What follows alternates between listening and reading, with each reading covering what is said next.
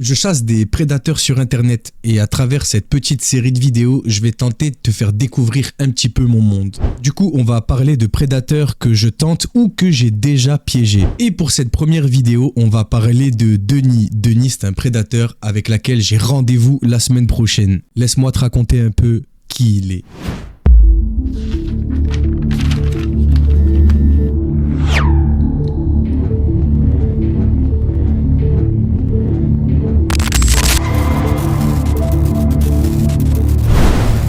Pour commencer, par souci de loi, je ne pourrai pas te montrer son visage, mais seulement des représentations de celui-ci. Ceci étant dit, qui est Denis ? Denis, c'est un homme de 52 ans sur lequel je suis tombé sur un site de chat en ligne. C'est le genre de chat en ligne où tu peux rentrer assez facilement, mentir sur ton identité, ton âge, ton prénom, un peu tout quoi. Pour lui, je suis Clara et pour l'instant, il pense que j'ai 15 ans. Tu verras par la suite pourquoi je dis ça. Il faut savoir que j'ai créé tout un background autour du personnage de Clara par exemple. Mes parents sont un peu absents étant donné que leur travail leur prend tout leur temps. Mon père par exemple est architecte et ma mère est sa secrétaire. Qu'il y a un petit vide à la maison étant donné que cette année, ma grande sœur est partie sur Paris pour ses études et j'ai un petit frère aussi de 8 ans. Et au niveau des cours, je leur dis que je suis au collège et que cette année, j'ai le brevet à passer. Maintenant que vous avez tout le contexte, je vais vous montrer directement des messages que j'ai pu recevoir très rapidement sur Instagram de la part de Denis. Ça commence déjà à être effrayant, non ? Après, vous verrez dans les vidéos qui vont suivre qu'il y a toujours pire que Denis, mais quand même, ça reste effrayant quand tu penses que c'est le début de la conversation. Mais bon, mis à part tous ces messages qu'il peut m'envoyer à la chaîne, il dévoile pas grand chose sur sa vie privée, son identité. Au fur et à mesure des discussions avec lui et des jours qui défilent, je décide de lui envoyer des messages vocaux. Mais comment je peux bien envoyer un message vocal, tu me diras? Eh ben tout simplement, j'ai une équipe avec moi qui m'aide et donc j'ai des filles disponibles pour se connecter sur l'Instagram de Clara, à la suite de quoi elles peuvent donc envoyer des vocaux à ma place et se faire passer pour Clara. Finalement, nous sommes Clara. Et en procédant comme ça, j'ai réussi à avoir des informations complémentaires sur Denis. Par exemple, qu'il est célibataire, enfin plutôt veuf, que sa femme est décédée, qu'il n'a pas d'enfant, qu'il habite dans la région parisienne. Et bon, pas de choses très personnelles, tu me diras, donc j'ai décidé de changer d'approche. Au lieu de continuer à lui envoyer des vocaux, je décide de demander l'aide de Madame Fox pour pouvoir l'avoir au téléphone directement, peut-être qu'il lâchera des choses plus facilement. Mais dans tout ça, il y avait un problème, c'est que j'avais peur qu'il fasse le rapprochement, que les deux voix n'étaient pas les mêmes, parce que souvenez-vous, il y a des filles qui me prêtaient main forte en faisant des vocaux quand j'en avais besoin. Et vu que là, je vais demander à ma femme de l'aide, prions pour qu'il ne capte pas. On finit donc par savoir au téléphone, il n'y a vu que du feu, RAS, mais l'ambiance devient vite pesante et il y a énormément de blanc. Mais sous les conseils des viewers et sous les conseils de moi-même, Madame Fox a réussi à lui tirer les vers du nez, à le mettre à l'aise et elle-même être à l'aise pour pouvoir lui soutirer des informations. Elle aura donc réussi à savoir en quelques minutes qu'il travaille dans une association qui vient en aide aux personnes démunies, donc potentiellement il a déjà été en contact d'enfants. On a appris qu'il adorait être tout nu chez lui et ça constamment, il n'avait pas honte de me le dire au téléphone et au contraire il était plutôt jovial, bizarre. Il nous a confié qu'il avait déjà eu des relations avec des personnes plus jeunes étant donné qu'il est sorti pendant 2 ans avec une de ses stagiaires qui avait 16 ans quand lui en avait 40. La relation aurait pris fin parce que la petite de 16 ans avait des études à faire au Canada me semble-t-il. Après, il faut savoir que Denis est quelqu'un qui ment beaucoup. Quand on lui demande s'il parle à d'autres filles, à d'autres femmes, il va nous répondre systématiquement que non. Alors que un jour, je me baladais sur TikTok, je scrollais jusqu'à tomber sur le TikTok d'un autre chasseur de prédateurs qui avait pris Denis sous ses filets et qui disait plus ou moins exactement les mêmes choses qu'il me disait à moi-même. Mais quand on a essayé de lui dire, il a plus ou moins nié en bloc et je trouve ça plutôt drôle. Après, au-delà d'être drôle, c'est peut-être même une méthode opératoire et là, ça devient plus du tout drôle, c'est plutôt dérangeant et problématique. Et il y a quelque chose dont je vous ai pas parlé, c'est tous les surnoms qu'il va me donner pendant qu'on est au téléphone. Mon cœur, mon bébé, mon petit cœur. Et le fait qu'il se considère en couple avec moi et ce avec ou sans mon consentement. Quand je lui dis que moi ce n'est pas ce que je ressens, il me dit que c'est pas grave, lui c'est ce qu'il ressent. Je rappelle, mais ça fait 2 à 3 heures au total dispersées sur plusieurs jours qu'on s'appelle. Et le gars se considère déjà en couple avec moi et s'en fout de mon consentement.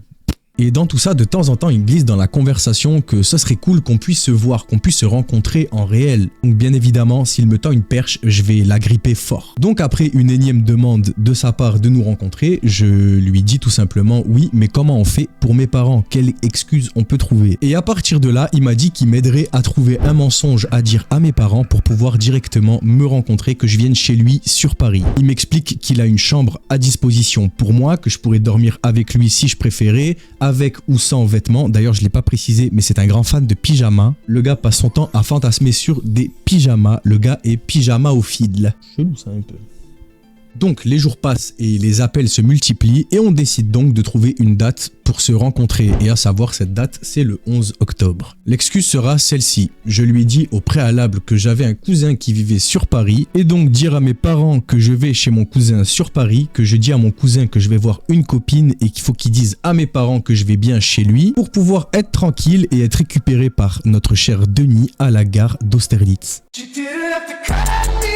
C'est quand même une dinguerie, mais tu sais quoi, je t'ai pas dit le pire. Le pire dans tout ça, c'est que juste après, je lui ai dit à avoir que 14 ans, que je n'avais pas 15 ans et que je lui avais menti. À votre avis, quelle a été sa réaction? Le gars s'en fout complètement, mais vraiment complètement. Il va me dire en détente: mais c'est pas grave, y a pas de problème ma chérie, y a aucun souci, c'est pas grave, tu m'as menti. Et moi du coup, qu'est-ce que j'ai fait? J'ai dit à Madame Fox de faire la meuf et de faire: ah mais j'avais peur que tu me bloques et tout. Que nenni, au contraire, il avait l'air plutôt content et ça, c'est effrayant. Bon, pour tous ceux qui ont perdu le fil, je vais vous faire un petit récap. Le gars a 52 ans. Le gars accepte le fait que j'ai 14 ans. Le gars trouve des mensonges pour que je puisse venir chez lui et donc mentir à mes parents. Le gars me dit qu'il adore être tout nu et que ça le dérangerait pas directement de l'être devant moi ou que moi je le sois devant lui ou que je dorme avec lui, et ce avec ou sans pyjama. Le gars est sorti avec sa stagiaire quand il avait 40 ans, elle avait 16 ans. Se considère en couple avec moi alors que moi je me considère pas en couple avec lui et m'appelle par tous les surnoms les plus cringe de l'univers. Donc il faut savoir que cette affaire là, elle est encore en cours et que dans la semaine, il faut que je contacte le commissariat de Cergy les gars pour pouvoir leur demander de l'aide, peut-être possiblement une intervention de leur part directement au rendez-vous qui est fixé avec Denis, et ça ce serait vraiment la meilleure des options, qu'ils acceptent de collaborer avec moi, qu'ils regardent les preuves que j'ai, et des preuves, j'ai des centaines et des centaines d'heures audio à écouter. Mais si la police décide de ne pas m'aider, eh ben je ne sais pas encore ce que je ferai. Est-ce que je le suis jusqu'à chez lui pour avoir son adresse et pouvoir continuer à le balancer? Parce qu'il faut savoir qu'on a trouvé quelqu'un qui le connaît de par nos streams, et donc essayer de prévenir l'association dans laquelle il travaille de qui est cette personne, ou alors de le confronter directement en allant vers lui et lui disant que salut, c'est moi Clara. Je vous laisse mettre en commentaire pour vous, si la police donne une réponse négative, quelle est la meilleure option. Bien évidemment que je vous ferai une update de cette entrevue avec la police, à savoir si je pourrais la filmer et la diffuser, auquel cas vous la verrez. Si jamais il n'accepte pas que je diffuse notre entrevue téléphonique, eh ben vous ne la verrez pas, mais je vous ferai directement une update, que ce soit en stream ou sur YouTube ou sur TikTok ou sur Snapchat, peu importe. Il faut savoir que je vous ai résumé cette histoire, je ne pouvais pas vous dire l'ensemble des choses qui ont été dites il y a plusieurs heures. J'ai essayé de piocher dans ce que je trouvais moi-même le plus étrange et le plus trash. Si jamais tu veux voir comment ça se passe quand je suis directement en stream, il y a toutes mes rediffusions Twitch qui sont disponibles sur YouTube. Et si tu veux voir les best-of des pires choses que ces prédateurs peuvent me dire, je t'invite à me follow sur TikTok, Monsieur et Madame Fox, ou juste Monsieur Fox, j'ai 2 comptes. Et pour le prochain prédateur que je vais vous résumer, je vais vous laisser choisir. Cette fois-ci, on va prendre quelqu'un qu'on a déjà balancé et sur Pharos et à leur famille. Donc je vous laisse choisir entre le kidnappeur et Charles. Pour ceux qui ont tout suivi, vous savez très bien à quel point ces deux-là sont très chelous. Merci à tous d'avoir visionné jusqu'à la fin de la vidéo. Je vous invite aussi en commentaire à mettre vos impressions sur ce contenu, sur le format de la vidéo et sur la vidéo en elle-même. Je prends tous les retours, positifs, négatifs les frères, donc n'hésitez pas. Un grand merci à tous ceux qui prendront la peine de le faire. Un grand merci à tous ceux qui cliquent sur le petit pouce bleu et n'oublie pas de t'abonner et on se retrouve mon frère à la prochaine. Bisous les gars.